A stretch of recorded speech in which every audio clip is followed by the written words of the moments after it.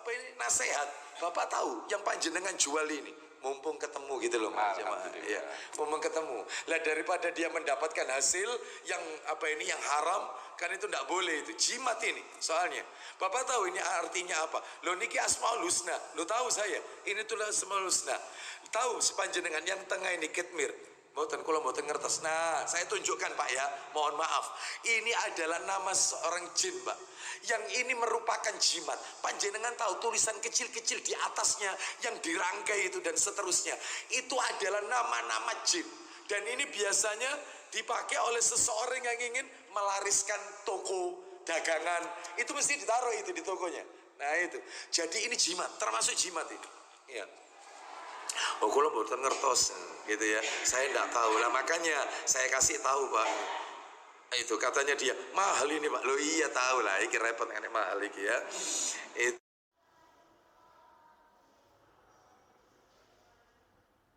Bismillah.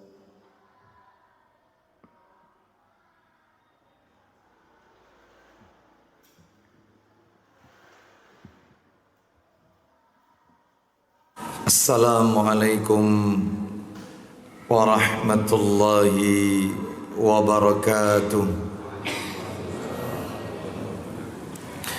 Alhamdulillah alladzi bi ni'matihi tatimmus salihah wa ashhadu an la ilaha illallah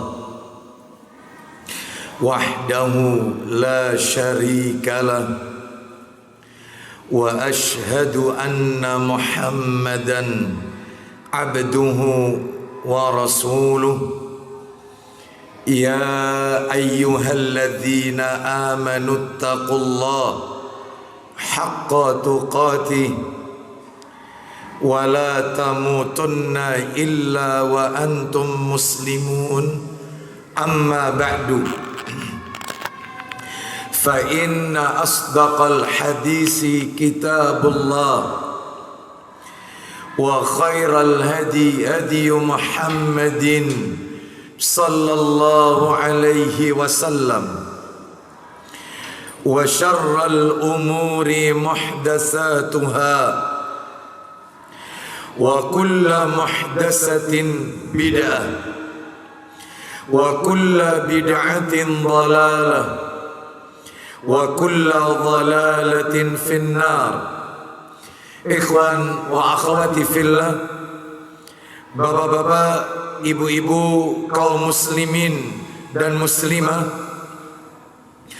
jamaah majelis taklim Masjid Pondok Mutiara Sidoarjo dan segenap takmir Masjid Pondok Mutiara Sidoarjo yang semoga dimuliakan oleh Allah Subhanahu wa ta'ala.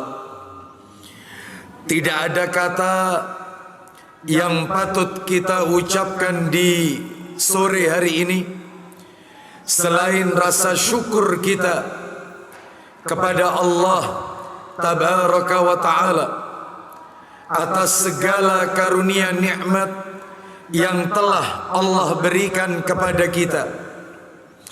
Dan di antara kenikmatan-kenikmatan tersebut yang kita rasakan pada sore hari ini adalah nikmat diberikannya kita kemudahan, kesempatan untuk mengoptimalkan ibadah pada 10 hari yang pertama di bulan Zulhijjah.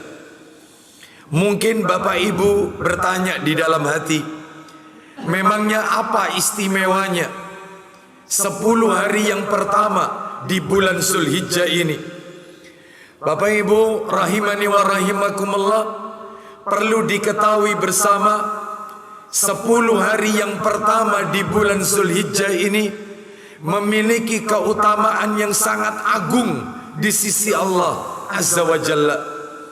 Sebagaimana bisa kita lihat bukti atau dalilnya, Allah sebutkan di dalam Al-Quranul Karim di surat Al-Fajr, surat yang ke-89, ayat yang pertama dan ayat yang kedua.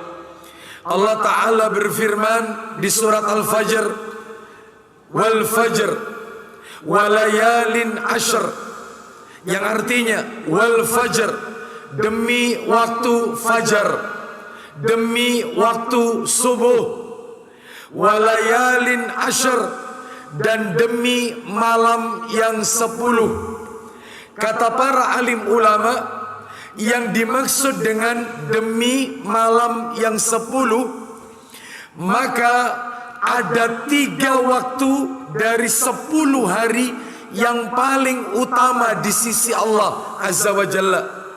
Saya ulang, 3 waktu dari 10 hari yang paling utama, paling besar ganjarannya di sisi Allah Azza wa Jalla. 10, 10, dan 10. 3 waktu dari 10 hari. Kata para alim ulama, yang pertama adalah 10 hari terakhir bulan Ramadan. Kenapa istimewa? Karena ada Lailatul Qadar. Yang kedua, 10 hari pertama bulan Zulhijjah, seperti kita sekarang ini ada di dalamnya. 10 hari pertama bulan Zulhijjah, istimewanya banyak. Nabi sallallahu alaihi wasallam menyebutkan dalam hadis riwayat Baihaqi, "Ma min amalin azka indallahi azza wa jal wala a'zama ajran min khairin ya'maluhu fi ashril adha."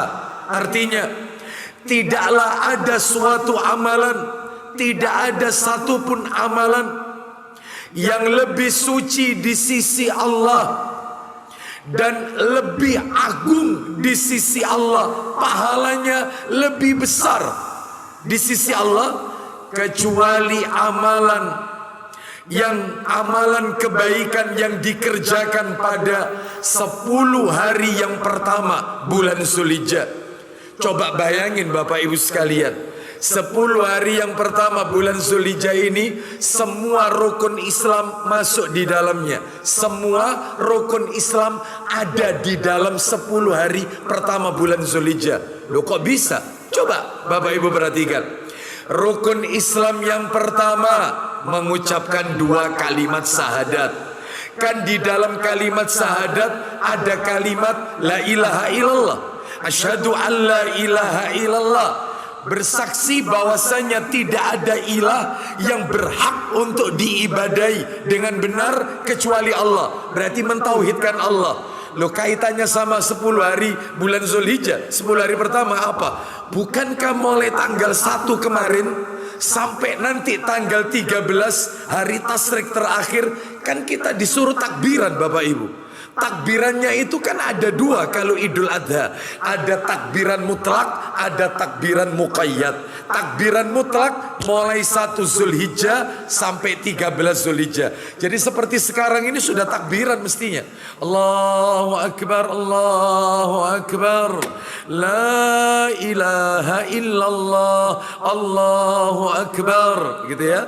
Allahu Akbar, walillahil hamd. Kan ada kalimat la ilaha illallah, kalimat tauhid itu. Adapun takbir yang kedua, jadi tanggal 1 sampai 13 itu dibaca setiap kapanpun, dalam keadaan apapun, ketika kita berkendara, di jalan, di pasar, di masjid, ya, pada saat ibu-ibu lagi mungkin memasak di rumah, semuanya baca 1 sampai 13. Itu takbir mutlak. Lalu yang kedua takbir muqayyad, namanya saja muqayyad, terikat dengan waktu. Kapan itu dimulainya? Tanggal 9 Zulhijjah, hari Arafah sampai tasyrik terakhir tanggal 13. Kapan dibacanya? Setiap selesai sholat. Setiap selesai sholat fardu. Kalau yang tadi yang mutlak nggak mesti selesai sholat fardu. Jadi kalau selesai sholat fardu, zikir dulu. Kalau yang 1 sampai 13 tadi. Kalau yang 9 sampai 13 itu setiap selesai sholat fardu. Jadi zikir dulu, lalu kemudian dibaca Allahumma antas salam. Kan ada yang tanya, Ustadz, nanti tanggal 9 sampai 13 itu seseorang itu ketika salam, Assalamualaikum warahmatullah, Assalamualaikum warahmatullah, itu zikir dulu atau takbiran langsung? Jawabannya zikir dulu sampai Allahumma antas salam. Astaghfirullah, astaghfirullah, astaghfirullah. Allahumma antas salam wa minkas salam. Tabarakta yadal jalali wal ikram. Allahu akbar, Allahu akbar. La ilaha, terus itu. Baru begitu selesai, semampunya berapapun itu jumlahnya, baru dilanjutkan zikirnya. La ilaha illallah wahdahu la syarikalah, seterusnya. Allahumma la mani alima atoita wa la mu'ti alima manata, seterusnya. Allahumma ini ala dzikrika, seterusnya. Subhanallah 33, alhamdulillah 33, Allahu akbar 33. Lalu ditutup la ilaha illallah wahdahu la syarikalah dan seterusnya. Lalu ayat kursi, al-ikhlas, al-falak, an-nas. Selesai.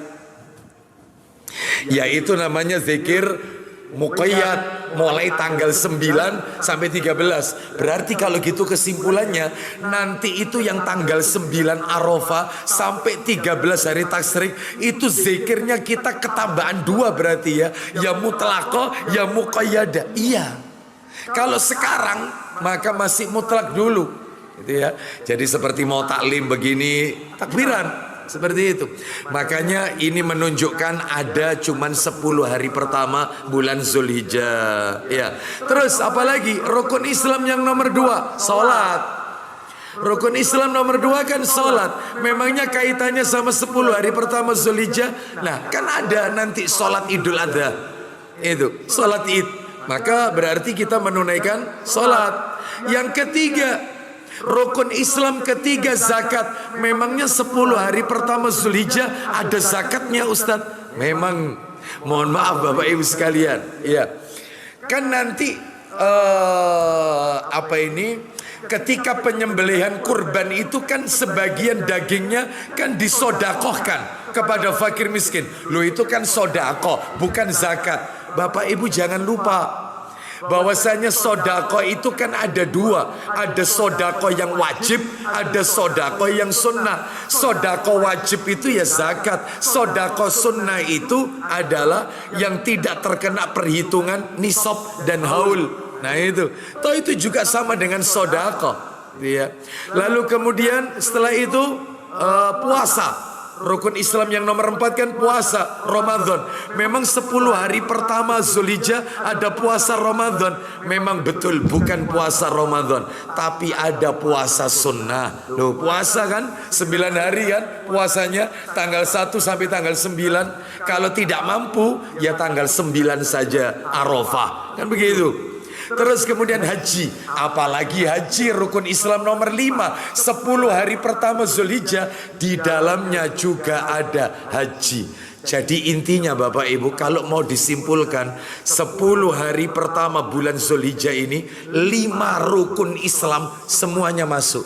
Tapi kalau bulan yang lain nggak ada. 10 hari terakhir Ramadan nggak ada 5 rukun Islam.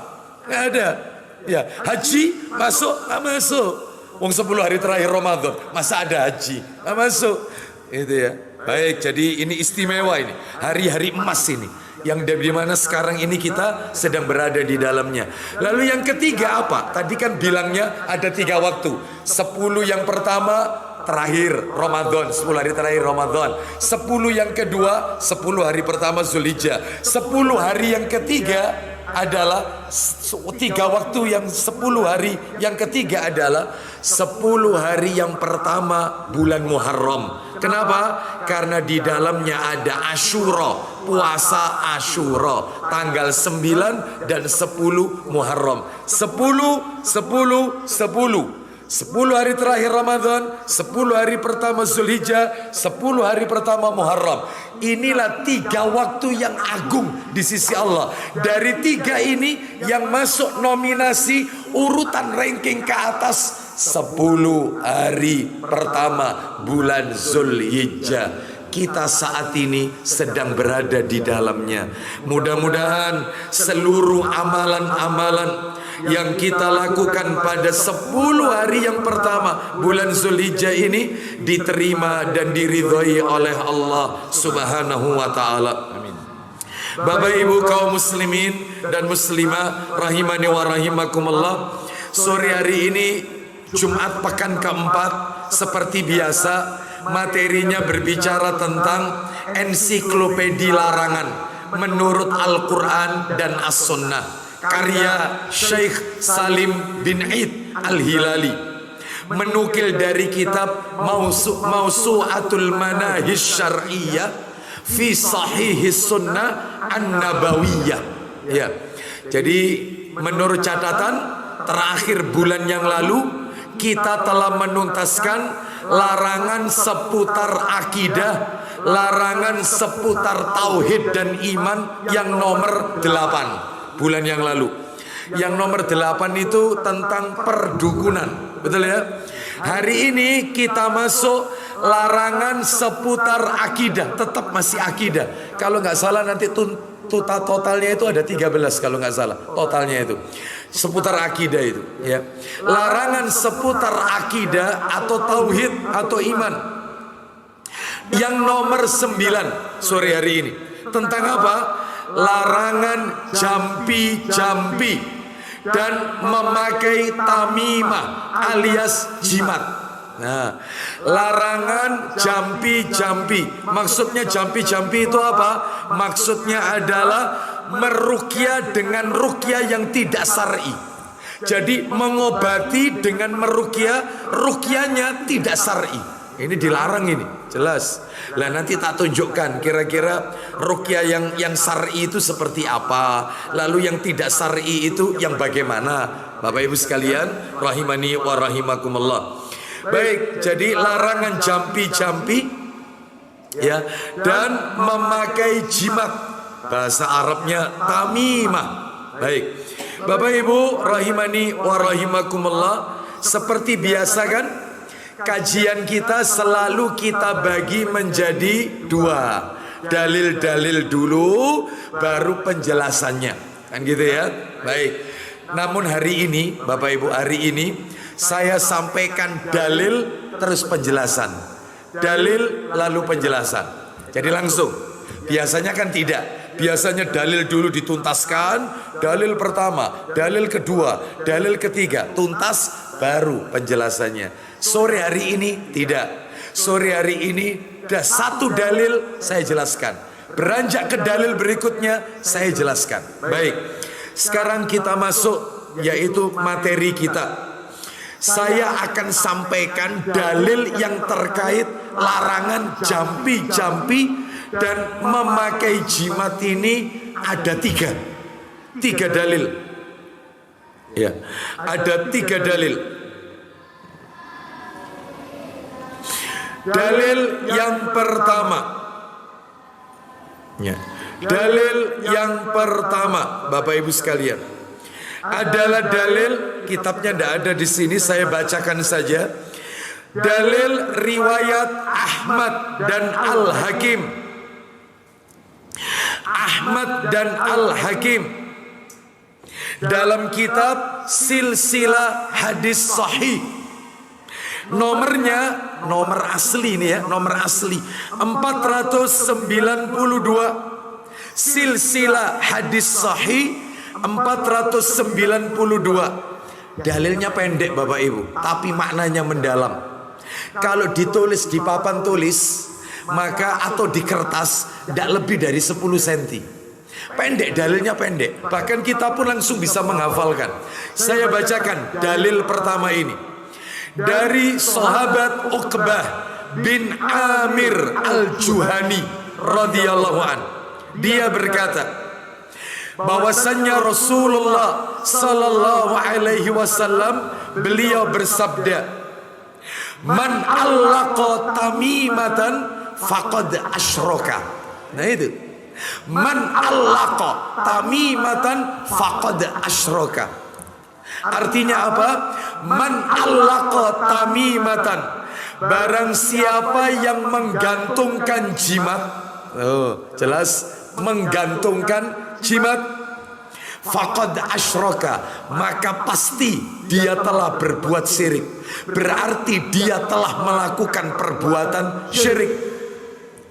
Ya, siapa yang menggantungkan jimat maka dia telah berbuat syirik. Lah saya jelaskan sekarang satu dalil penjelasan. Baik, Bapak Ibu sekalian, penjelasannya ada dua. Dari dalil tadi penjelasannya ada dua. Yang pertama definisi jimat. Nah, apa sih jimat itu? Bapak Ibu kaum muslimin dan muslimah rahimani wa rahimakumullah, silakan Bapak Ibu bisa melihat di KBBI, Kamus Besar Bahasa Indonesia. Ternyata jimat itu memiliki makna yang sama, sinonim dengan azimat. Jimat sama dengan azimat. Nah, sama. Terus kalau gitu apa azimat itu? Atau jimat itu? Jimat itu adalah barang atau tulisan, barang, benda-benda lah, atau tulisan-tulisan yang dianggap memiliki kesaktian. Nah itu. Dan dapat melindungi pemiliknya. Nah, makanya tidak harus digantungkan. Yang nama jimat itu bisa jadi ditaruh di ikat pinggang, bisa jadi ditaruh di dompet, bisa jadi macam-macam. Jadi saya ulang, jimat itu sama dengan azimat. Nah, azimat. Sedangkan azimat atau jimat itu maknanya adalah barang atau tulisan yang dianggap memiliki kesaktian dan dapat melindungi pelakunya, pemiliknya. Ya. Dan biasanya digunakan untuk menangkal penyakit dan sebagainya. Menangkal penyakit, entah itu di model seperti gelang kesehatan, menolak penyakit, ya, atau anak kecil yang dikasih gelang atau kalung untuk nolak bala, nolak supaya tidak diganggu syaitan. Banyak, itu semua jimat itu. Semuanya itu jimat. Ya, semuanya itu jimat. Ya, bahkan Bapak Ibu sekalian, termasuk kadang-kadang yang ditaruh di kaligrafi, ya, sebagaimana saya pernah menunjukkan kepada Bapak Ibu kan, kalau tidak salah waktu itu saya tunjukkan, ya, saya tunjukkan ada satu kaligrafi, biasanya warnanya hijau, jadi kaligrafinya itu berbentuk seperti ekor burung merak. Itu Bapak Ibu tahu, itu yang tertulis besar di tengah itu, tertulis besar di tengah, kalau nggak salah warnanya merah. Jadi pinggir-pinggirnya itu persis kayak burung merak, itu ekor burung merak, hijau warnanya itu. Di atas yang hijau-hijau itu Asmaul Husna, Allah Ar-Rahman Ar-Rahim. Tengahnya itu merah warnanya, itu namanya kitmir.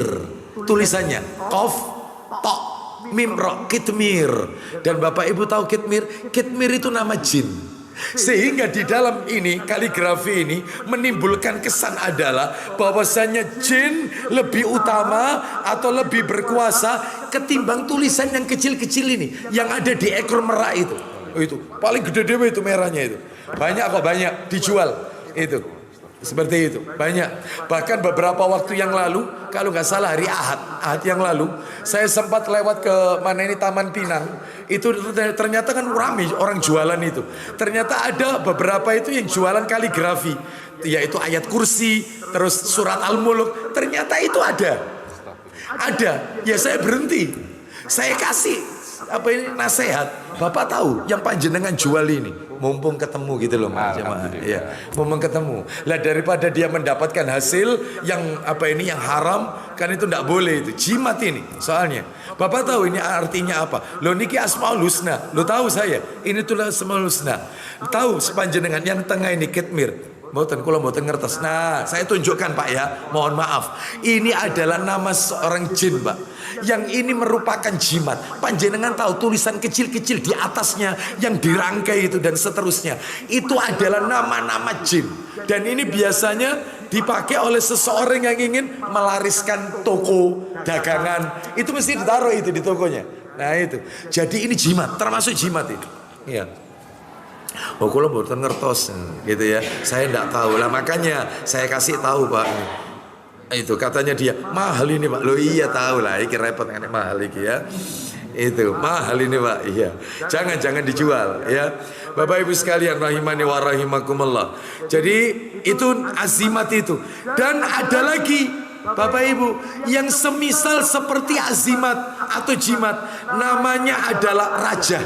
Nah, raja itu punya definisi apa itu tanda atau gambar dan sebagainya yang dipakai untuk jimat juga, menolak penyakit, raja.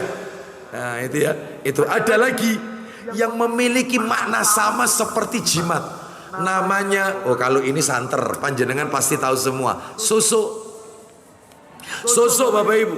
Sosok itu juga didefinisikan sebagai jarum emas, gitu ya. Terus kemudian intan dan sebagainya yang dimasukkan ke dalam kulit, bibir, dahi dan sebagainya, disertai mantra-mantra agar dapat orang itu menjadi cantik, menarik, manis, ya, pinter dan seterusnya.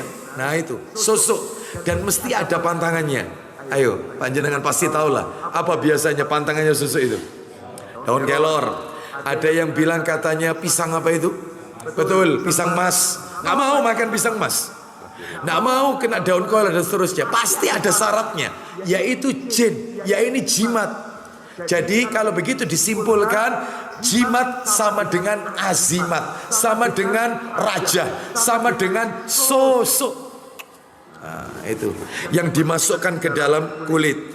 Oleh karenanya Bapak Ibu sekalian rahimani wa rahimakumullah, yang namanya raja, azimat atau jimat termasuk sosok ini, kadang praktiknya itu di kalangan masyarakat kita itu cakupannya luas, bisa berupa gambar, tanda, tulisan atau benda-benda seperti tombak, keris, sabuk, tulang, tanduk itu bisa jadi tanduk hewan, rambut, terus tongkat ya, dan selainnya, cincin, nah itu termasuk ya. Saya punya teman SMP ya, teman SMP, satu saat di counter HP di Sepanjang ketemu dia, assalamualaikum, waalaikumsalam, seiling ambil aku, masih ingat ya. Saya lihat tangannya itu 5-5-nya berarti 10, itu cincin semua itu. Saya bilang, tanganmu kok koyok T, saya nyebut T ya. Anda tahu lah T itu siapa, inisial T. Kok mirip kayak T ini kok. Ya, oh, gak sembarangan iki Ustaz. Ya, sing iki Ustaz teko Kalimantan iki Ustaz. Kalimantan iki. Nek sing iki Ustaz teko Sulawesi aku poso seminggu Ustaz. Astagfirullah. Ya, sudah saya diem aja dulu, diem aja. Ya. Terus kemudian sing iki Ustaz, ini dikasih oleh kiai siapa gitu. Iki ono wacan-wacanan nih Ustaz. Iki nek bengi Ustaz, nek awak dhewe maca selawat ping 1000 piro, 1000 piro gitu katanya. Itu koyo metu cahaya Ustaz. Sudah tuntas, wis mari. Sing kon gawe iki sirik kabeh. Sirik, coblon. Kalau kamu meninggal masih tetap membawa itu barang itu, maka kau mati bukan di atas agama tauhid, yaitu agama Nabi Muhammad SAW. Sebenarnya lepaskan, tawakal sama Allah, minta sama Allah Azza wa Jalla, minta sama Allah. Saya gitu kan, ya enggak tahu. Ya mudah-mudahan tugas kita kan hanya menyampaikan. Yang merubah orang hanya Allah Azza wa Jalla. Itu terjadi. Jadi apa, cincin, tongkat gitu ya. Ada lagi tongkat, katanya tongkatnya Nabi Musa. Tongkatnya Nabi Musa. Ya, ada lagi tongkat itu terbuat dari kayu kapalnya Nabi Nuh alaihissalam. Banyak ya, termasuk biji-bijian tasbih. Tasbih. Itu koka. Itu koka. Itu katanya kalau jam berapa itu dipakai wiritan, ya Fattah ya Razak, ya Fattah ya Razak, ya Fattah ya Razak. Itu lama-lama dia akan mengeluarkan sinar, cahaya. Terus ya Allah, ya, yang kayak gini banyak loh Bapak Ibu, banyak. Makanya penting kita itu mentauhidkan Allah, itu penting Bapak Ibu. Jangan bosan belajar tauhid, jangan bosan. Buktinya masyarakat kita masih butuh tauhid. Itu. Jangankan begitu, masyarakat yang awalnya ahli tauhid bisa berubah menjadi ahli syirik kalau tidak ada dai penyeru yang hadir untuk mendakwai mereka. Loh Ustadz kok ngomong kayak gitu? Masyarakat yang awalnya ahli tauhid jadi ahli syirik itu bisa berubah jadi ahli syirik karena tidak ada yang mendakwai. Ada contohnya? Ada. Contohnya mulai Adam sampai Nabi Nuh 1000 tahun. Masanya 1000 tahun. Adam ke Nuh itu 1000 tahun. Adam manusia pertama alaihissalam, ke Nuh alaihissalam. Rasul pertama itu Nuh, itu 1000 tahun. Itu semua mentauhidkan Allah. Tidak ada syirik, nggak ada syirik. Begitu Nabi Nuh alaihissalam wafat, pertama kali muncul syirik. Penyembahan kepada kubur, menganggap kuburan orang soleh itu barokah. Semenjak setelah Nuh, berarti masyarakat ahli tauhid bisa berubah jadi ahli syirik karena setelah Nuh tidak ada Rasul setelahnya. Lama setelah itu baru kemudian muncul Rasul. Makanya kita harus belajar tauhid, ya, karena masyarakat kita butuh tauhid, ya. Nah, anehnya menjelaskan seperti ini dianggap intoleran, ya, dianggap Wahabi, ya. Padahal tujuan kita menyelamatkan mereka dari kesirikan. Kita lanjutkan Bapak Ibu, masih nomor 1 keterangannya ya, penjelasannya ya. Adapun contoh jimat banyak.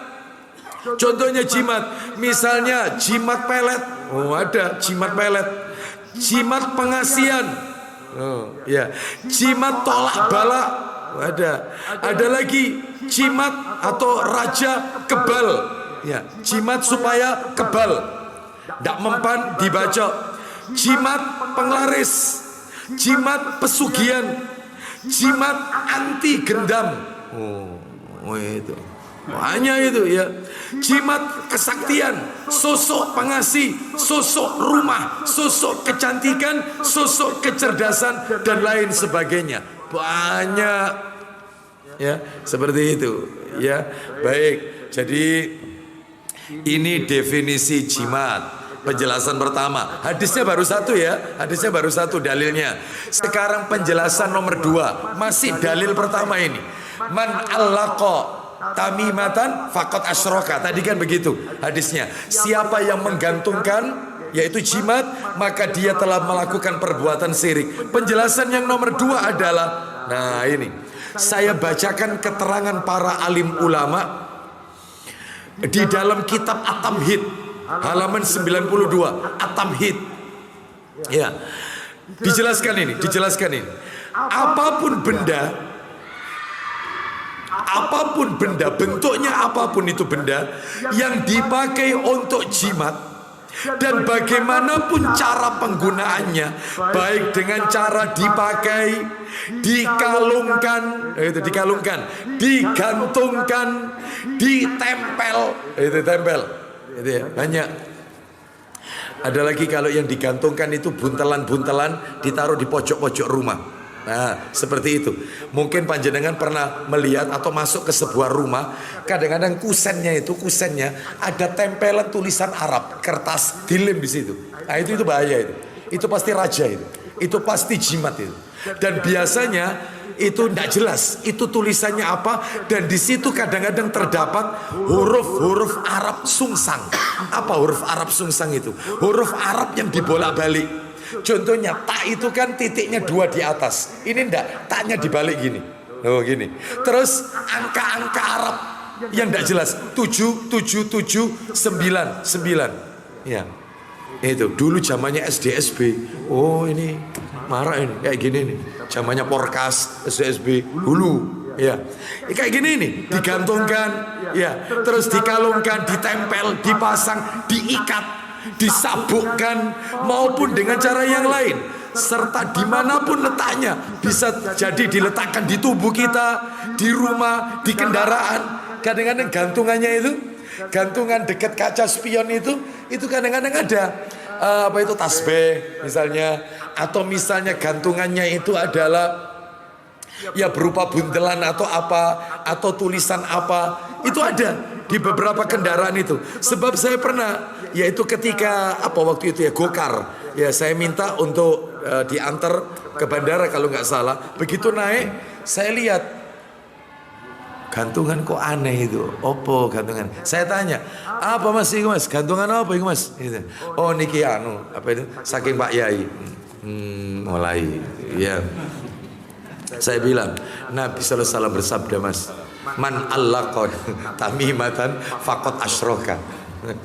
Barang siapa yang menggantungkan jimat, ya, maka dia telah melakukan perbuatan syirik. Jangan mas, ya, tawakal aja, doa sama Allah, nggak perlu pakai yang begini-beginian, ya. Kadang-kadang ada digantungkan, gitu ya. Terus kemudian ada juga Bapak Ibu sekalian yang ditaruh di kendaraan. Itu tujuannya apa? Untuk mengusir atau menangkal mara bahaya, untuk mendapatkan manfaat, padahal tidak terbukti secara syar'i, secara ilmiah dapat mendatangkan manfaat, menolak mudarat. Nah, jadi ini semua termasuk syirik, Bapak Ibu sekalian. Ya, tidak perlu melakukan ini, tidak perlu. Ya, baik, termasuk gelang-gelang kesehatan. Hati-hati, Bapak Ibu sekalian. Akibatnya orang itu menggantungkan sugesti kepada benda itu. Pengobatan itu memang betul ada dua, ada yang medis, ada yang non medis. Kalau medis jelaskan dokter. Kalau yang non medis ikuti aja aturannya Rasulullah. Pengobatan non medis seperti apa? Habatus sauda, madu, termasuk juga apa ini? Zam-zam, gitu ya, air zam-zam, termasuk juga diantaranya adalah bekam, ya, termasuk juga diantaranya ruqyah, itu ya, di ruqyah, termasuk banyak pengobatan Nabi, termasuk abu itu Bapak Ibu itu untuk pengobatan menghentikan pendarahan luar, bukan pendarahan dalam. Pendarahan luar, bukan pendarahan dalam. Ya, maka ini banyak seledri, itu ya. Terus tulang apa ini? Tulang ekor kambing betina. Tulang ekor kambing betina yang dikeringkan, ya, lalu ditumbuk, lalu kemudian dimasak, dijadikan 2 atau 3 gelas, terus dikasih jeruk nipis atau apa atau madu supaya barangkali kita nggak tahan baunya, terus kita minum. Itu bagus. Untuk apa? Untuk orang yang sering bermasalah bagian punggung, kecetit, itu kecetit, ya, sering encok, itu ada di hadis Ibnu Majah itu.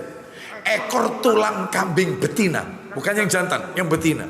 Itu dikeringkan lalu ditumbuk, lalu dimasak dijadikan 2 atau 3 gelas. Itu seperti itu. Termasuk celak, mau tidur bercelak. Kata Nabi, celak itu dapat menjernihkan pandangan mata dan dapat menumbuhkan bulu mata. Loh itu. Termasuk tadi sudah saya sebutkan seledri, termasuk buah delima. Buah delima. Ya, saya punya jamaah kita kena diabetes. Diabetesnya diabetes basah. Dokter bilang ini harus diamputasi ini. Sudah, ini ini. Dia paling takut ini ke dokter. Dia sudah, gimana caranya ini? Akhirnya qadarullah, ya, kita sampaikan kalau delima, kulit delima dikeringkan. Setelah kering, terus dihancurkan, terus kemudian ditaruh di lukanya. Garing Bapak Ibu, kering, sudah selesai, nggak ada amputasi, selesai. Ini loh, Quran mengatakan buah delima, buah tin, watini, wazaitun, buah tin, buah zaitun. Itu yang syar'i sajalah, jangan yang aneh-aneh, gitu loh. Ya, seperti itu. Kita lanjutkan, pakai jimat-jimat ini semua adalah jin. Ikuti saja petunjuk Rasul sallallahu alaihi wasallam. Kita lanjutkan Bapak Ibu, dalil nomor 2. Kan saya janji ada 3 dalil. Sekarang dalil yang nomor 2. Ya betul ya, dalil nomor 2 ya. Yang nomor 2 Bapak Ibu sekalian adalah hadis riwayatnya Tirmidzi. Minta tolong Abu Hurairah yang sudah di-download aja. Ya.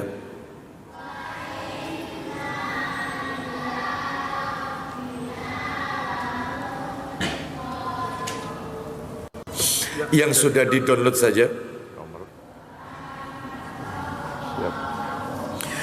Tirmidzi nomornya 2000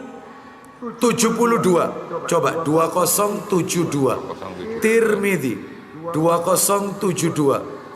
Nah itu, silakan. Disebutkan oleh sahabat Abdullah bin Ukaim Abu Ma'bad al-Juhani radhiyallahu an. Dia berkata, ayo silakan. Dari sahabat Abdullah bin Ukaim Abu Ma'bad al-Juhani radhiyallahu an, dan wajahnya berwarna kemerah-merahan karena sakit. Terus, lantas kami pun berkata, nah itu ya. Baik, silakan. Apa kata teman-temannya? Silakan. tidakkah engkau menggantungkan sesuatu di lehermu untuk menyembuhkanmu? Loh, temennya ini usulnya berbau sirik. Ya. Jadi ini Abdullah bin Ukaim Abu Ma'bad al-Juhani itu wajahnya kemerah-merahan. Rupanya dia sakit ini. Terus temennya ketika jenguk mengusulkan, apa ndak sebaiknya kamu ini pakai jimat, kamu taruh di lehermu, ya, untuk nolak penyakit. Sudahlah, pakailah sesuatu, ya. Entah itu, kalau sekarang kan gelang kesehatan. Sekarang, dulu mungkin entah itu apa. Bahkan di zaman Nabi pernah, yaitu ada orang memakai gelang yang terbuat dari akar pohon. Pada saat tawaf, Nabi kelihatan orang itu pakai gelang yang terbuat dari akar pohon. Lalu Nabi tanya, apa ini yang kamu pakai ini?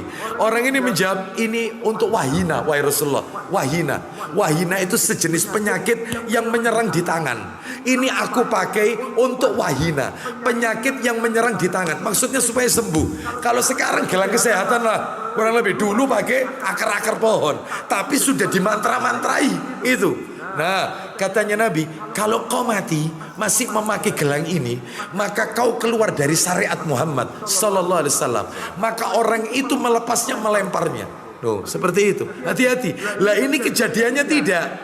Abdullah bin Ukaim Abu Ma'bad al-Juhani ketika sakit dikasih usul sama teman-temannya, pakai kalung aja, ditaruh di lehermu supaya kamu ini sembuh dari sakitmu. Lanjut. Dia menjawab, Iya. kematian lebih dekat dari itu. Terus, Nabi sallallahu alaihi wasallam pernah bersabda, nah ini diingatkan sama yang sakit. Nah ini pinter ini yang sakit ini ya. Sahabat Abdullah ya bin Ukaim Abu Ma'bad al-Juhani radhiyallahu anhu, beliau mengatakan, Rasulullah SAW pernah bersabda, man ta'allaqa syai'an wukila ilaihi. Silakan. barang siapa yang menggantungkan sesuatu, Ulang lagi. barang siapa yang menggantungkan sesuatu, Seperti apa contohnya? jampi atau mantra Di badannya, maka maka Allah akan membiarkannya dengan jampi-jampinya. baik, maka Allah akan biarkan orang itu mati dengan mantra-mantranya tersebut. Sudah. Berarti matinya mati musyrik, syirik, Bapak Ibu. Hati-hati ini ya. Jangan dipakai yang seperti ini. Sebab saya pernah punya teman juga terkena vertigo, iya, luar biasa, sampai kalau tidak salah 2 kali, sering jatuh. Kalau naik motor sering, kalau sudah kumat vertigonya jatuh dia. Akhirnya entah siapa dia dengarkan usulan siapa, namanya orang pengen sembuh, sakenanya. Akhirnya ada usulan pakai gelang. Lah semenjak pakai gelang itu agak enak katanya. Satu saat dia ketika pergi, gelangnya itu tertinggal karena dia mandi dilepas. Lalu dia pergi itu ketika di tempat yang dia tuju, dia merasa tidak tenang. Ada sesuatu yang tertinggal. Seperti panjenengan kalau HP tertinggal itu, apa ya, astagfirullah HP ku, kan tidak enak HP. Ini juga begitu. Akibatnya Bapak Ibu tahu, ya, dibelain pulang lagi untuk ngambil itu. Dia cerita sama saya, setelah tak ambil Ustadz, tak ambil itu, ndak tak pakai karena saya ini buru-buru soalnya. Balik lagi pulang, itu cuma tak taruh di kantong, ndak tak pakai di tangan saya. Itu saya sudah tenang rasanya. Yaitu tergantung sugesti.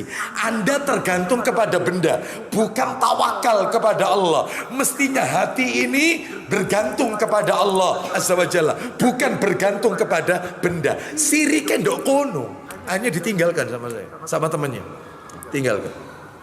Ya, jadi pakai yang lain aja, pengobatan yang lain, ya, medis boleh. Baik, kita lanjutkan. Jadi hati-hati. Apa penjelasan dari hadis nomor 2 ini?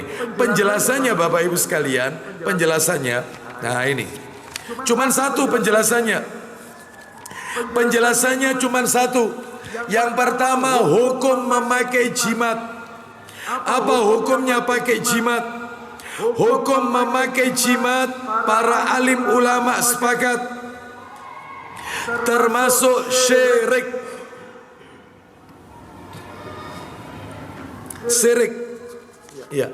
Lah sekarang muncul pertanyaan, syiriknya itu syirik besar apa syirik kecil? Nah, kan syirik ada dua, ada syirik besar, ada syirik kecil.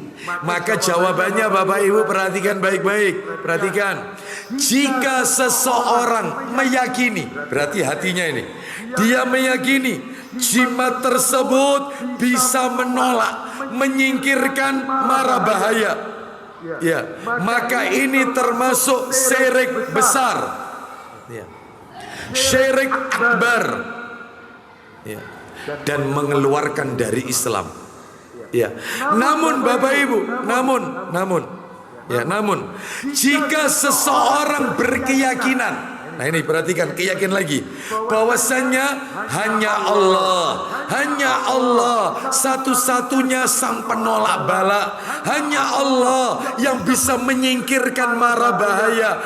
Akan tetapi dia juga meyakini jimat itu sebagai perantara, ya, bisa tertolaknya mara bahaya. Ini perantara, bukan sebabnya itu karena ini. Saya tahu bahwasannya yang bisa menolak mara bahaya itu Allah, yang menyingkirkan semua bala musibah itu cuman Allah, yang bisa mendatangkan manfaat itu Allah.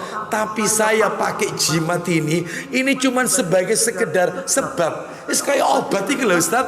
Nek ngombe obat ya apa sih? Saya tahu yang menyembuhkan penyakit itu Allah Ustaz. Cuman obat itu cuman sekedar perantara, yang menyembuhkan Allah.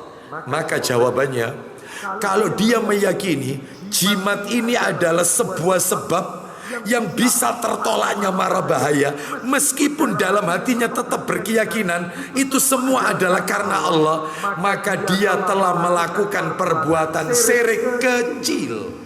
Tetap syirik, tapi kecil, tidak mengeluarkan dari Islam. Nah, gak keluar.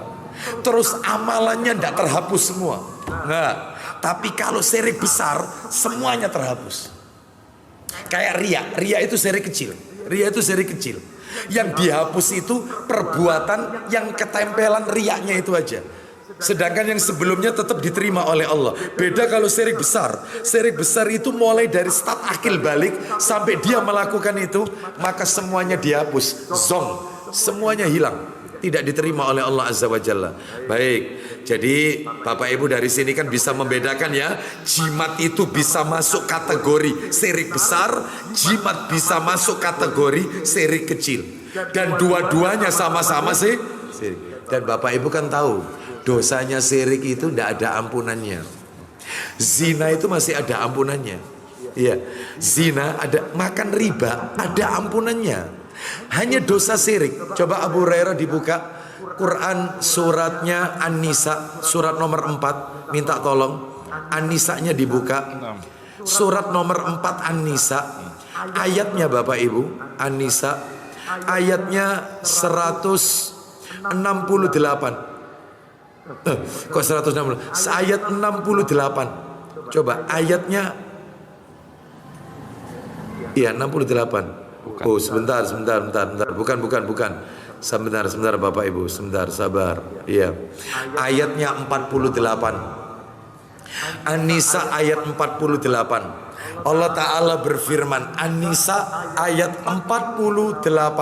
Allah berfirman, ayo. Sesungguhnya Allah tidak akan mengampuni dosa karena mempersekutukannya syirik. Ulang lagi kalimat itu, Allah tidak mengampuni. Sesungguhnya Allah tidak akan mengampuni dosa karena mempersekutukannya syirik.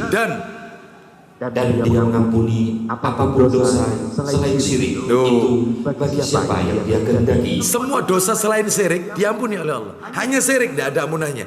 Itu tidak disebut Ustaz, syirik besar apa syirik kecil. Enggak, yang penting syirik. Syirik tetap syirik, maka tidak ada ampunannya. Meskipun levelnya ada yang besar, ada yang kecil. Kenapa kok dibedakan? Kalau yang besar keluar dari Islam, kafir tanpa sadar. keluar dari Islam. Kalau yang syirik kecil tidak mengeluarkan pelakunya dari Islam, nggak keluar dari Islam. Cuman itu aja bedanya. Cuman tetap sama-sama tidak ada ampunannya. Makanya harus taubat. Caranya taubatnya meninggalkan semua perbuatan syiriknya, jimatnya semua dia bakar, dia tinggalkan semua perbuatan syirik, lalu kembali mentauhidkan Allah Azza wa Jalla. Nah itu. Sekarang kita masuk dalil nomor 3. Lah ya ini yang agak panjang. Dalil nomor 3. Minta tolong Abu Hurairah dibukakan Sahih Bukhari. Nomornya yang asli ya. Yang asli aja, yang asli. Nomornya cetakan asli 5705. 5705. Panjang ini hadisnya. Panjang Bapak Ibu. Bukhari. Ya, Bukhari 5705.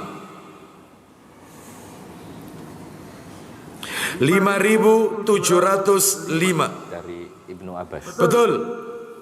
Lanjut aja Ibnu Abbas. Ya, silakan. Dari sahabat Ibnu Abbas radhiyallahu anhu, Rasulullah sallallahu alaihi wasallam bersabda, Uridat alayyal umam.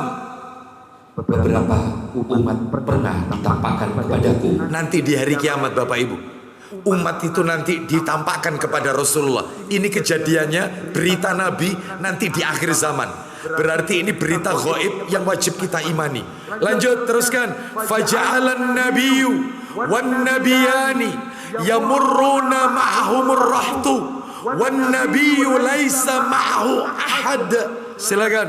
Maka nampaklah seorang nabi dan dua orang nabi lain lewat bersama dengan beberapa orang saja. Loh, jadi katanya Rasulullah nanti di hari kiamat itu ada 1 atau 2 nabi yang dia ketika lewat di belakangnya itu diikuti oleh umatnya.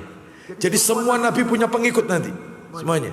Ternyata ini nabi melihat, nabi kita melihat ada 1 nabi tidak punya pengikut. Jadi dia sendirian, nggak di belakangnya tidak ada pengikut. Terus lanjut, silakan. Dan seorang nabi lagi yang tidak bersama seorang pun hingga tampak oleh gerombolan manusia yang sangat banyak. Terus, Aku pun bertanya, nah, hatta rufi'a li sawadun adim. Qultu ma hada ummati hada. Apa kata Nabi kepada Allah? Silakan. apakah gerombolan manusia itu adalah umatku? Nah, Nabi bertanya kepada Allah, ya Rabb, apakah manusia yang banyak ini adalah umatku yang banyak ini? Apa jawaban Allah?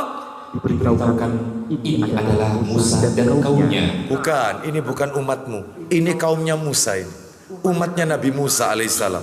Ini Musa dan kaumnya. Musa dan kaumnya. Ternyata Bapak Ibu, undur ilal ufuq. Silakan. Lalu diberitahukan pula kepadaku, Ya. lihatlah ke ufuk. Lihatlah ke atas ufuk. Ternyata langit itu penuh dengan umat manusia. Full. Penuh. Lalu kemudian apa yang terjadi? Silakan.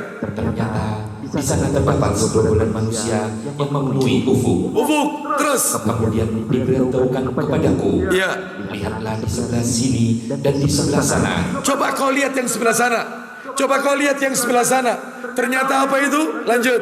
Yaitu ufuk langit. Ternyata di sana telah dipadati dengan gerombolan manusia yang sangat banyak. Full. Sudah. Penuh. Ufuk ini penuh manusia. Lalu kemudian dikatakan, hada ummatika, hada ummatuka, wa yadkhulul jannata min haula'i sab'una alfan bighairi hisabin wala adab. Silakan. Diberitahukan kepadaku, Apa kata Allah kepada Rasulullah sallallahu alaihi wasallam? ini adalah umatmu. Ini adalah umatmu yang memenuhi langit ini. Semua full ufuk ini, kanan kiri sana semua penuh. Ya memang umatnya Rasul paling banyak dibanding nabi-nabi yang sebelumnya. Ini semua umatmu. Nah ini yang menarik sekarang. Lanjut. Dan di antara mereka terdapat 70.000 yang masuk surga tanpa hisab dan azab. Nah, dari total ini ada 70.000 umat yang mereka masuk surga nggak pakai diperiksa catatan amalnya, nggak pakai diaudit, nggak pakai ditanya, dan tidak sempat mendapatkan adab, langsung masuk surga. Mudah-mudahan kita termasuk yang itu Bapak Ibu. Mudah-mudahan kita masuk yang hitungan itu. Loh kalau 70.000 Ustaz, ya habis untuk sahabat Nabi aja. Sahabat Nabi kan 100.000 jumlahnya. Ketika Nabi wafat haji wada, haji perpisahan, itu kan jumlah sahabat Nabi sudah 100 ribuan. Jumlah sahabat Nabi pada waktu itu. Bapak Ibu sekalian, nah terus gimana ini? Bapak Ibu tidak usah khawatir, karena ada riwayat yang lain. Riwayat yang sahih disahihkan oleh Syekh Albani rahimahullah. Dikatakan ternyata kan tadi jumlahnya berapa tadi? 70.000. Tolong diingat ya, tolong diingat. Kan jumlahnya 70.000. Setiap 1000-nya 1000 dari 70.000 ini berarti ada 70 kali. 1000, 1000, 1000, 1000, 1000. Jadi ada 70. Seribuan ada 70. Itu setiap 1000-nya itu ada 70.000 lagi. 1000, 70.000 lagi. Setiap 1000 lagi 70.000 lagi. Setiap 1000. Lah yang 70.000 yang ini setiap 1000-nya 70.000 lagi. 70.000 lagi. Insya Allah katutlah jamaah Masjid Pondok Mutiara. Ya, insya Allah mudah-mudahan. Ya, nggak pakai diperiksa, bayangkan catatan amal. Masuk surga tanpa hisab, tanpa adab. Terus lanjut, silakan. Setelah itu beliau masuk ke rumah dan belum sempat memberi penjelasan kepada mereka para sahabat. Nah, setelah menyampaikan itu Nabi masuk rumah. Sahabat bingung. Siapa itu 70.000? Ah, kayaknya itu para nabi itu. Para nabi itu. Yang lain ngomong kayaknya para rasul itu. Kayaknya itu. Iya. Itu. Lanjut, silakan. Maka orang-orang menjadi ribut. Ya. Mereka berkata, Ya. kita adalah orang-orang yang telah beriman kepada Allah dan mengikuti jejak Rasulnya. Terus. Mungkinkah kelompok tersebut adalah kita ataukah anak-anak kita yang dilahirkan dalam keadaan Islam, Sementara kita dilahirkan di zaman jahiliyah. ya, ribut mereka. Siapa mereka ini? Jangan-jangan mereka ini anak-anaknya orang Islam. Ya. Sedangkan kita kan lahir waktu itu masih jahiliyah. Itu. Apa kita ini yang dimaksud ini dan seterusnya. Akhirnya Nabi keluar dari kamarnya. Silakan. Maka hal itu sampai kepada Nabi Sallallahu Alaihi Wasallam. Terus. Lantas beliau keluar dan bersabda. Nah, Nabi bersabda, perhatikan Bapak Ibu, ciri-ciri mereka. Satu, yang masuk surga tanpa hisab, tanpa azab. Humul ladina. Satu, la yastarqun. Dua, wala yatatayyarun. Tiga, wala yaktawun. Empat, terakhir, wa ala rabbihim yatawakkalun. Silakan Abu Hurairah. Mereka adalah Satu, orang-orang yang tidak pernah minta untuk diruqyah. mereka yang waktu hidup di dunia tidak pernah minta diruqyah, tidak minta diruqyah. Memangnya kalau sekarang saya minta diruqyah Ustaz karena saya sakit, ya saya manggil seorang Ustaz, Ustaz tolong saya diruqyah Ustaz, Ustaz minta tolong rumah saya diruqyah karena kok sering kehilangan saya. Kehilangan apa? Kehilangan uang. Yang megang ATM-nya siapa? Istri saya. Ya wis iku. Ya wis iku lah kok usah diruqyah. Ya, wis itu. Bapak Ibu sekalian, ya ini kok sering kehilangan, ya sampai tak kasih kaca. Loh ya ini tambah ndak karu-karuan supaya ndak diambil tuyul. Kakek nonton sinetron yang kayak begini nih ya. Orang yang mentauhidkan Allah nggak perlu lihat film horor. Film horor itu melunturkan tauhid. Film horor itu merusak tauhid. Bikin kita menjadi takut. Padahal kita lebih mulia daripada jin. Kita lebih mulia daripada iblis. Wong iblis saja suruh sujud kepada Nabi Adam. Melunturkan tauhid. Gak usah dilihat. Lah kok sekarang kok seneng? Kan aneh-aneh. Suster ngesot. Ya Allah. Wong kare ditempat tok kena lho, heran takut. Heran. Pocongan. Mencolot-mencolot banteran awak dhewe melayu nih. Ini mencolot situ. La ilaha illallah. Coba dikasih tali gitu loh, agak tinggi insya Allah gak bisa mencolot. Iya, heran saya. Melunturkan akidah film horor itu. Iya, betul itu. Belum nanti dukun-dukunan filmnya, dukun-dukunan. Aduh, ya sudahlah. Melunturkan tauhid, jangan dilihat yang kayak gini. Ya baik, kita lanjutkan ya. Jadi yang pertama tidak minta diruqyah. Jadi kalau misalnya minta diruqyah, nggak apa-apa, ndak dosa. Cuman orang itu kehilangan kesempatan masuk daftar 70.000 orang. Kehilangan kesempatan, tapi ndak dosa. Boleh minta diruqyah itu. Tapi kehilangan eman, kehilangan semangat. Lah terus caranya gimana? Ya lakukan aja Makanya jangan memanggil juru ruqyah. Yang benar itu adalah setiap kita itu dituntut untuk bisa baca Al-Quran.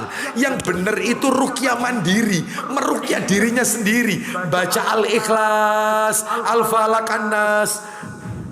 Ditiban ucapkan, ya Allah sembuhkan ya Allah, ya Asallallahu al-azim, Allah yashfi, Allah yashfi, ya Allah sembuhkan. Meruqyah dirinya sendiri. Sampai saya kemarin ke Surabaya ada buku, ya bagus bukunya, kalau nggak salah diterbitkan Pustaka Ibnu Umar kalau nggak salah. Judulnya itu ruqyah mandiri.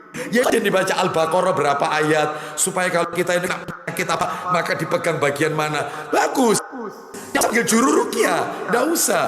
Karena kita dituntut untuk bisa baca Quran. Nah, seperti itu. Ya, jadi supaya kita itu tetap masuk daftar 70.000 gitu ya. Bukan dosa loh ini, bukan dosa loh, bukan haram loh. Boleh, cuman kehilangan kesempatan masuk 70.000 tadi. Yang nomor 2, Abu Hurairah siapa? Tidak pernah bertatoyur. Loh, tidak melakukan tatoyur. Apa itu tatoyur? Orang Sunda bilang apa itu bahasa pamali. Ya, pamali, merasa apes, merasa sial karena sesuatu. Oh, seperti itu. Ya, keluar rumah, ya ternyata ada ular, atau keluar rumah kejatuhan cicak, misalnya tanda ini sial. Nah, kayak gitu-gitu itu. Iya. Nggak mau beli rumah nomor 13 karena angka 13 itu angka sial. Nggak mau beli rumah yang menghadap ke pertigaan, tusuk sate, katanya rumah sial. Nah, kayak gini nih. Maka tinggalkan. Jangan. Ya, tinggalkan. Ya, tinggalkan. Tadi pagi sudah saya jelaskan. Saya menyampaikan di mana ini, di daerah Saronojiwo, ya. Itu tentang materi mengenal Nabi Ibrahim. Semua keturunan nabi-nabi itu bersumber dari Nabi Ibrahim alaihissalatu wassalam. Ya, terutama dari jalur Ishak. Semua dari keturunan Ibrahim dari jalur Ishak itu semua nabi. Mulai dari Ishak, Ishak lahir ke bawah, turun ke bawah Yakub, Yakub turun ke bawah Yusuf, Yusuf turun ke bawah terus Zakaria, Dawud, Sulaiman, terus Ilyasa, terus Musa, terakhir Isa. Nah, itu jumlahnya 12. Sehingga orang-orang Bani Israel menginginkan, di Taurat Injil sudah disampaikan akan muncul nabi terakhir. Mereka menginginkan nabi terakhir yang ke-13 adalah dari keturunan mereka. Ternyata sama Allah diputus keturunan mereka yang muncul dari jalur Ismail. Putranya Nabi Ibrahim juga, Ismail. Jadi di sini Ismail, sini Ishak. Ishak itu turun Yakub, Yusuf, terus sampai Isa. Sedangkan Ismail turun ke bawah, gak ada nabi. Kecuali terakhir Muhammad sallallahu alaihi wasallam. Dari sini Nabi Muhammad naiknya ke atas ke Ismail. Maka mereka orang Bani Israel, terutama Yahudi Nasrani, bencinya setengah mati sama yang nomor 13. Makanya mereka punya statement, angka 13 itu angka. Lah kok kita ikut-ikutan? Yang dimaksud mereka 13 itu ya ini. Siapa itu ini? Rasulullah. Ini Rasulullah. Kita jangan ikut-ikutan. Makanya mulai sekarang saya sarankan kepada Anda, tolong supaya tidak turun-temurun, tolong ngadakan acara tanggal 13. Mantu nanti Bu, kalau mantu tanggal 13, jamnya jam 13. Itu wong gaji ke-13 itu ya enak kok ya. Pokoknya 13 itu enak pokoknya. Ada nggak gaji 13? Ada. Gitu loh. Iya. Tolong mulai sekarang semuanya 13. Nah, seperti itu ya. Jadi putus supaya tidak turun. Terus lakukan di bulan yang dianggap orang sial. Bulan Suro. Itu kan bulan sial katanya. Lakukan di bulan Suro. Bulannya sudah Suro, tanggalnya 13, jamnya jam 13. Wes. Kalau bisa acaranya dicarikan rumah yang nomor 13 sekalian. Mesisan gitu loh. Biar untuk memopeni pemahaman masyarakat kita itu memutus supaya tidak turun-temurun dianggap angka sial, ya angka balak. Ya itu akibatnya itu. Nah, jadi nggak boleh melakukan tatoyur. Terus apa lagi? Nomor 2 tidak tatoyur. Nomor 3 apa? Dan tidak pula melakukan terapi dengan kai. Pengobatan cos besi panas. Dulu di zaman Nabi pernah dilakukan. Nabi pernah melakukan. Jadi kalau orang terluka, untuk menghentikan pendarahan, besi itu dipanaskan, dinyos, cos, nyes, sudah berhenti. Seperti itu. Atau racun atau apa dinyos, nyos. Sekarang nggak boleh. Lah kalau sekarang kayak begitu itu apakah termasuk khitan laser? itu termasuk Ki, pengobatan Ki? Enggak masuk. Hitan laser enggak masuk. Ngilangkan tato dengan laser, apakah itu masuk kategori? Enggak. Ya, nggak masuk itu, nggak masuk kategori. Ya, yang masuk kategori itu ya tadi contohnya tadi, ya apa ini menghentikan pendarahan atau luka dengan nyos besi panas. Wallahu a'lam bishawab. Ada yang mengatakan menghilangkan tato dengan solder atau setrika. Jadi kalau laser kan mahal, kan itu hitungannya per senti atau apa itu, mahal sekali. Lah tapi kalau solder kan ini murah, atau apa ini setrika, dinyos pelan-pelan. Nah itu katanya termasuk Ki. Wallahu a'lam bishawab. Ya, setahu saya ya menghentikan pendarahan itu masuk Ki. Terus lanjut, yang terakhir cirinya siapa mereka? Dan yang mereka bertawakal kepada Rabb.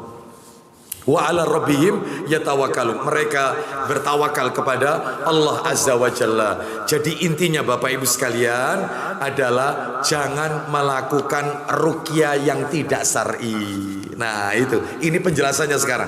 Penjelasannya, Pak Bu, ya boleh, ruqyah itu boleh, asalkan tidak berbau syirik. Ruqyah boleh, asalkan tidak berbau syirik. Mengobati orang asalkan tidak berbau syirik. Ya. Mana dalilnya? Ayo coba dibuka Sahih Muslim. Minta tolong yang cetakan terjemahan enggak apa-apa. 2063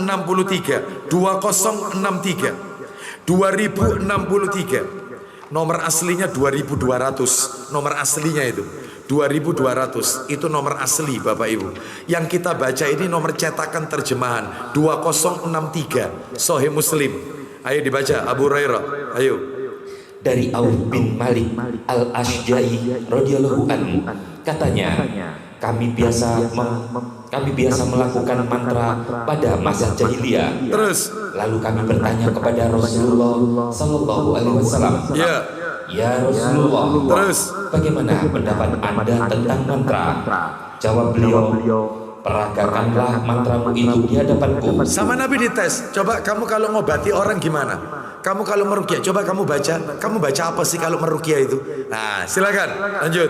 Mantra tidak ada salahnya selama tidak mengandung syirik. Duh, Nabi loh yang bilang. Nabi yang mengatakan, ya, kata Nabi, la ba'sa birruqa ma lam yakun fihi syirkun. Gak apa-apa ruqyah itu, asalkan tidak mengandung syirik. Lah kayak apa Ustaz? Ruqyah yang mengandung syirik atau ruqyah yang tidak syar'i? Juru ruqyah yang tidak syar'i atau di dalamnya ada kesirikan? Banyak. Satu, meruqyahnya tidak pakai bahasa Arab yang fasih, tapi meruqyahnya pakai bahasa Indonesia. Itu bukan juru ruqyah. Hati-hati. Di layar kaca kita ada seorang ustadz, ya, yang pasiennya datang mesti ditanya, yang ibu rasakan apa? Yang saya rasakan itu Pak Ustadz, saya sering nyiri di sebelah kiri saya Pak Ustadz, di bawah rusuk Pak Ustadz. Apa kata ustadznya? Anda sedang bermasalah sama mertua Anda. Ada nggak Ustadz kayak gini? Langsung ditebak. Ada kan? Ada. Saya tidak perlu sebut namanya. Baik. Anda betul Anda bermasalah dengan mertua Anda, terus Anda juga bermasalah sama saudara kandung, yaitu. Baik, sekarang saya tapping, saya ruqyah. Dari jauh di ruqyahnya. Keluarlah. Ya, aku meruqyah pakai bahasa Indonesia, bukan bahasa Arab. Ini bukan juru ruqyah. Ada lagi dulu viral seorang ustadz, bahkan kiai, ya, yang dia mengobati pasien dengan cara pasiennya suruh membeli seekor kambing yang nanti penyakitnya ditransfer ke kambing. Ada ndak? Ada. Ustadz nggak itu ya? Ustadz, kiai juga, ya. Dulu sering muncul di layar kaca kita. Dipindah, ada lagi pasiennya suruh bawa telur. Saya dikirimi di daerah mana kemarin itu sama teman-teman Nurus Sunnah kemarin. Dikirimi ada pengobatan jelas itu. Jadi pasiennya banyak. Orang ini kena batu empedu. Sebentar ya. Kalau bisa dibuka di sini ya, video itu. Iya. Orang ini kena batu empedu. Itu sama si ustadz ini. Menjijikan Bapak Ibu sekalian. Sama si ustadz ini ngambil pisau. Ustadz ini ngambil pisau. Nah ini sudah. Ini ada videonya ini. Ada videonya ini Bapak Ibu sekalian. Nah nih.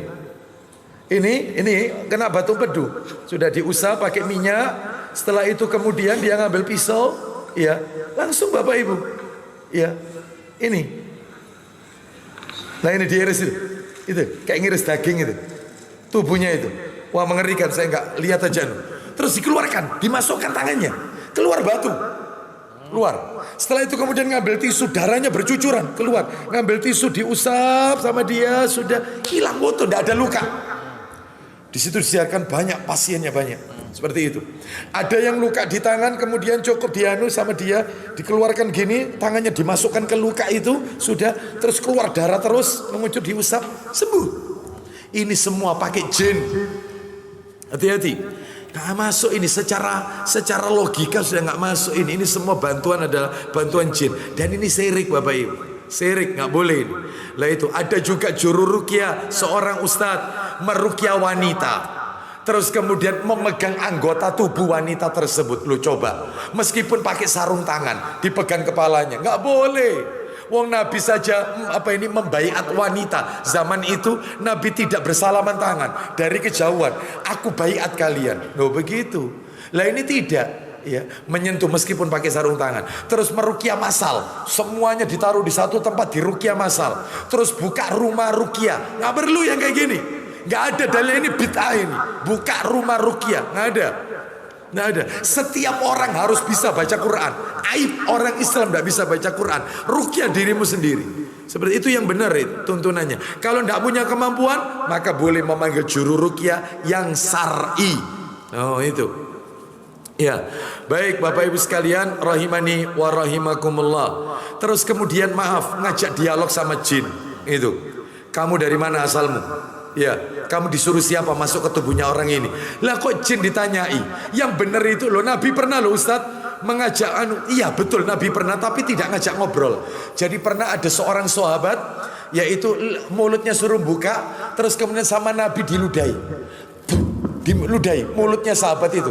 Nabi berkata, keluarlah kau makhluk terkutuk, keluarlah. Cuman itu, Nabi nggak tanya kamu dari mana, siapa yang utus kamu, ya enggak. Sekarang tidak, malah ditanyai. Ini nggak ada, ini juru ruqyah yang yang sebenarnya tidak mengikuti petunjuk Nabi Sallallahu Alaihi Wasallam. Ya, hati-hati. Lah sekarang saya jelaskan terakhir penutup jenis-jenis ruqyah yang pernah dilakukan oleh Rasul. Perhatikan, Rasul pernah meruqyah, dilakukan sendiri. Apa saja itu? Ada 5 Bapak Ibu.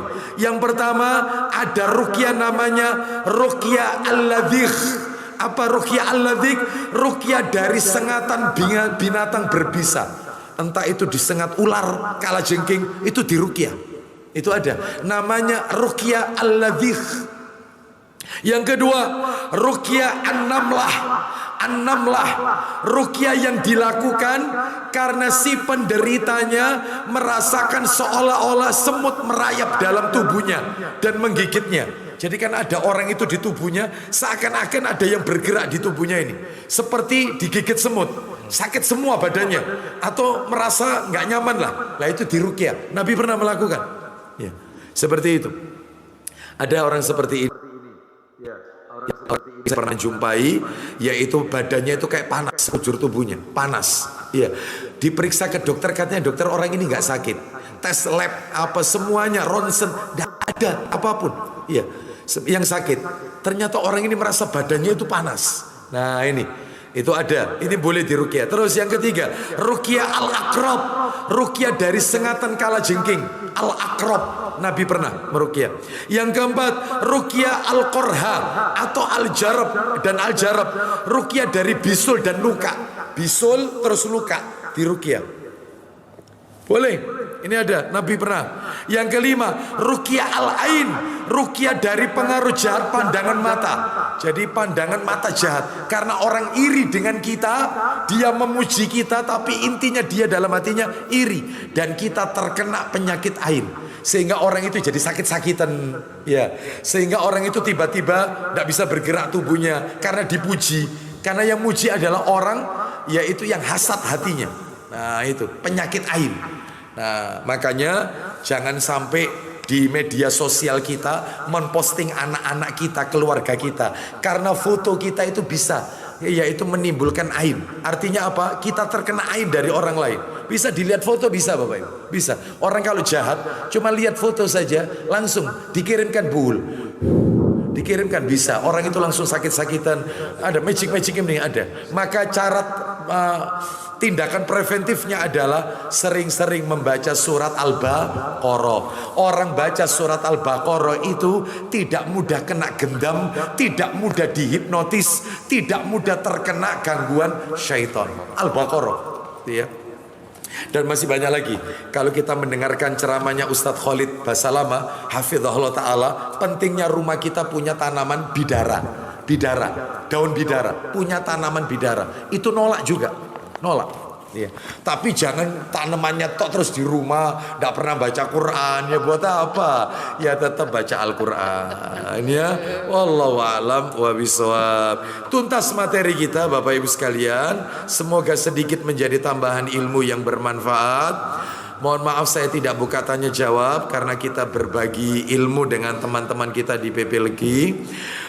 Insya Allah PDF-nya materi ini seperti biasa akan kami kirimkan nanti ke Majelis Taklim Masjid Pondok Mutiara. Kita tutup, semoga Allah menjadikan kita dan anak keturunan kita sebagai orang-orang yang ahli tauhid. Amin. Dan kita diwafatkan dalam keadaan husnul khatimah. Amin. Kita tutup wassallallahu ala nabiyyina wa ala alihi washabihi wasallam. Subhanakallahumma wa bihamdika asyhadu an la ilaha illa anta astaghfiruka wa atubu ilaik. Wa akhiru da'wana anil hamdulillahi rabbil alamin. Assalamu alaikum warahmatullahi wabarakatuh. Waalaikumsalam warahmatullahi